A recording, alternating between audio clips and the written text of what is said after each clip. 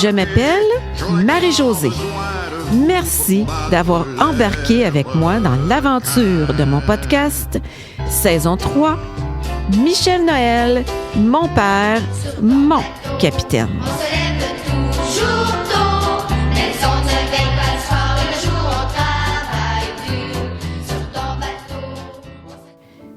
Dans la vie, il y a des moments déterminants.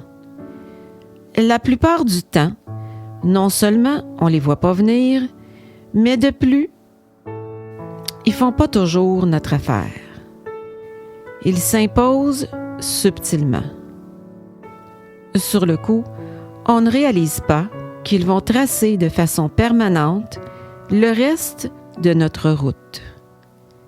Ce n'est que bien plus tard qu'on en comprend le sens. Pour mon père, endosser le costume du soldat, ça faisait pas du tout partie de ses plans de carrière. Il s'y résigna, mais ce fut à contre-cœur. Pendant de longs mois, il trouva l'expérience du combat extrêmement pénible. Mais, merci la vie, au bout de quelques semaines, vint sur les îles Aléoutiennes, là où le soleil ne se levait pas de tout l'hiver, là où le quotidien se vivait au travers les grands vents et des baromètres indiquant une température de moins 50 degrés, où on l'avait exilé, une pause de petite misère. Alors que plusieurs soldats furent assignés à la construction d'installations mieux adaptées pour les troupes, on demanda à mon père d'installer pour sa part un poste émetteur sur la base et d'animer des émissions de radio, afin de distraire ses compagnons qui en avaient grand besoin. Sur le moment, il perçut cette opportunité au travers laquelle il apprit, entre autres, à écrire des scripts comme une simple aventure qui passait sur son chemin.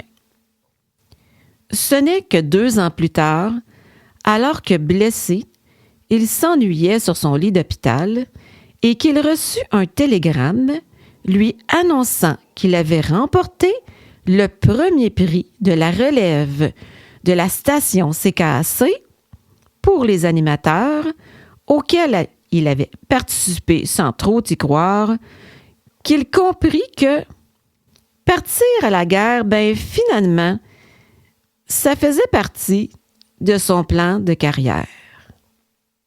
Durant la Seconde Guerre mondiale, 1 159 000 Canadiens et Canadiennes sont mobilisés dans l'infanterie, la marine et l'aviation, ce qui représente alors environ 10% de la population du pays. Près de 45 000 militaires perdent la vie et 55 000 autres sont blessés. 1943. Tout va à merveille pour mon père.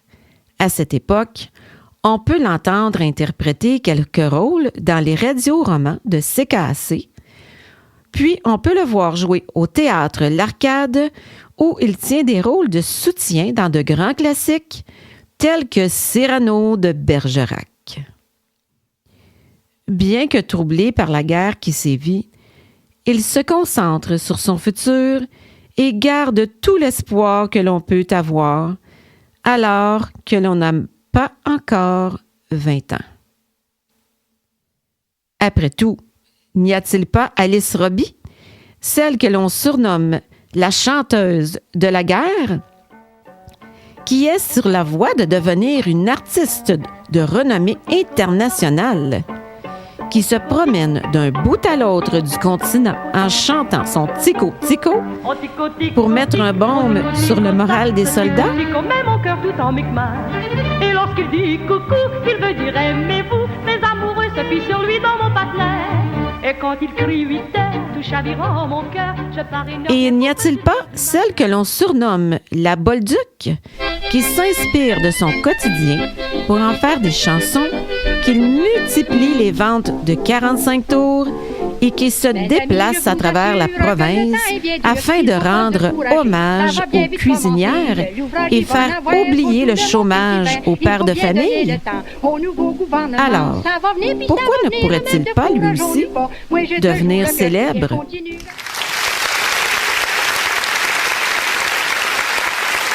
Comme il l'a souvent raconté aux journalistes. Mais un jour, comme je sortais de scène, et qu'avec plaisir, j'écrivais quelques mots derrière le programme de la pièce pour mes admiratrices, j'aperçois un messager qui se dirige vers moi. Il m'apportait une lettre. C'était le roi qui me faisait demander pour défendre la patrie. Comme on ne voit pas parfois, imprégné que l'on est de notre petit bonheur, le changement de direction qui s'annonce. Ma grand-mère, pourtant, lui a fréquemment fait part de ses craintes. Plusieurs fois, elle lui a répété que l'on parlait de plus en plus d'une possible conscription et que les célibataires seraient parmi les premiers à être appelés. Mais à chaque fois, mon père, avec toute la confiance que l'on a à son âge, convaincu que le malheur n'arrive qu'aux autres, ne l'écoute que d'une oreille distraite. Quand il sent que l'angoisse de celle qu'il aime tant devient trop forte, il la prend par la main, l'invite à s'asseoir dans la cuisine et de sa plus belle voix, lui chante sa chanson préférée.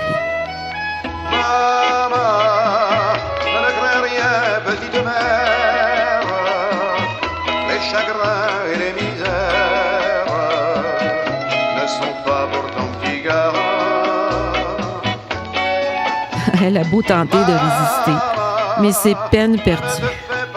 Elle tombe sous le charme, se laisse bercer par la mélodie, et pour quelques instants, elle oublie ses peurs. N'en demeure pas moins qu'il ne se passe pas un soir sans qu'elle ne remercie la Sainte Vierge d'avoir encore ces deux hommes auprès d'elle et qu'elle ne lui demande de les exempter du drame qui s'en vient. Mais, un matin froid de novembre 1944, alors qu'elle tentait, tout en écoutant la radio, de faire un gâteau, mais sans sucre, elle entendit la nouvelle qu'elle redoutait tant. Le manque de volontaires outre-mer se faisant de plus en plus criant, Mackenzie King, alors premier ministre du Canada, après avoir tout tenté pour éviter la conscription, se résout à imposer la loi du service militaire obligatoire. Elle fut soudainement prise d'étourdissement et sentit une chaleur monter dans sa gorge. Elle abandonna sa recette, essuya ses mains moites sur son tablier avant de se retirer dans la salle de bain, discrètement, et, tout en serrant sa médaille de la Sainte Vierge, elle fondit en larmes. Malgré ses dévotions, elle allait devoir se séparer de l'un de ses êtres le plus précieux. Comme l'a raconté mon papa lors de ses entrevues, 15 jours plus tard, je portais l'uniforme et je me préparais à prendre le train en direction d'Halifax pour suivre un entraînement de 3 semaines.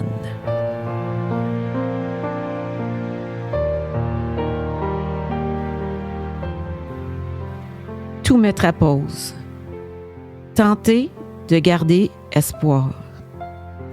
Surtout, espérer revenir. Souhaiter qu'un jour, il pourra reprendre ses rêves devant la porte de sortie du théâtre rue Sainte-Catherine, là où il les a laissés. 15 jours plus tard, sous le poids de son lourd bagage, il tente, tout en longeant le quai d'embarquement, de tenir le rythme du pas cadencé.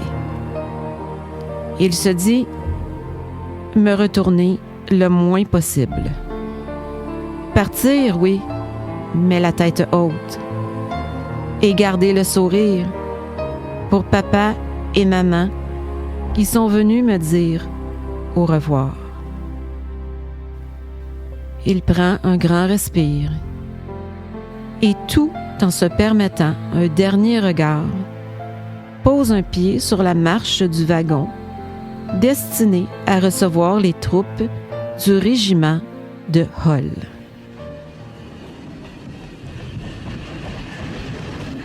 Voilà, maintenant, il ne peut plus reculer. Il jette ses bagages sur un banc, s'assoit, entame une conversation avec un camarade. Jusque-là, il tient bon. Mais, quand il entend le sifflet du train retentir et le « All aboard » résonner, il n'en peut plus. Il se lève, colle son visage contre la vitre et leur envoie un dernier au revoir. Quelques secondes plus tard, ils ne sont plus qu'une pâle silhouette. Et c'est avec peine qu'il arrive à distinguer les mouchoirs qu'ils font aller dans les airs au son des tchic-tchic-tchic-tchic-tchic. Le train s'éloigne lentement, mais sûrement. Au bout de quelques instants, il ne les voit plus.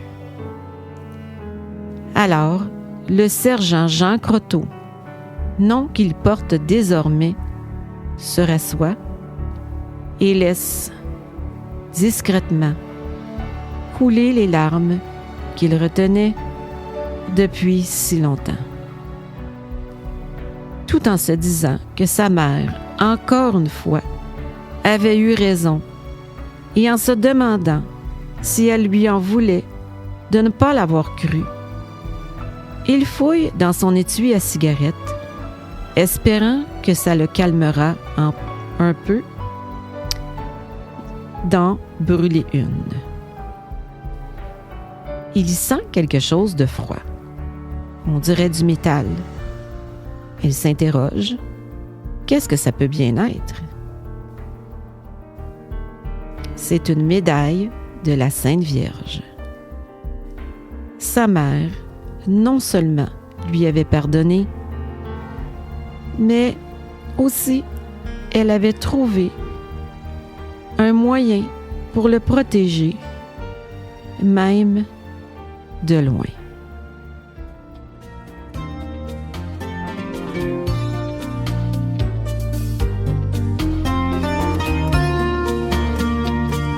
Vous joindrez-vous à moi pour la suite? Je l'espère bien. D'ici là, abonnez-vous à ma page Facebook Marie-Josée Conteuse et ayez droit à des extras. Sur ton bateau, tu voudrais nous emmener pour faire un grand voyage dans ce pays très très loin. Sur ton bateau, tu voudrais nous emmener. 96.5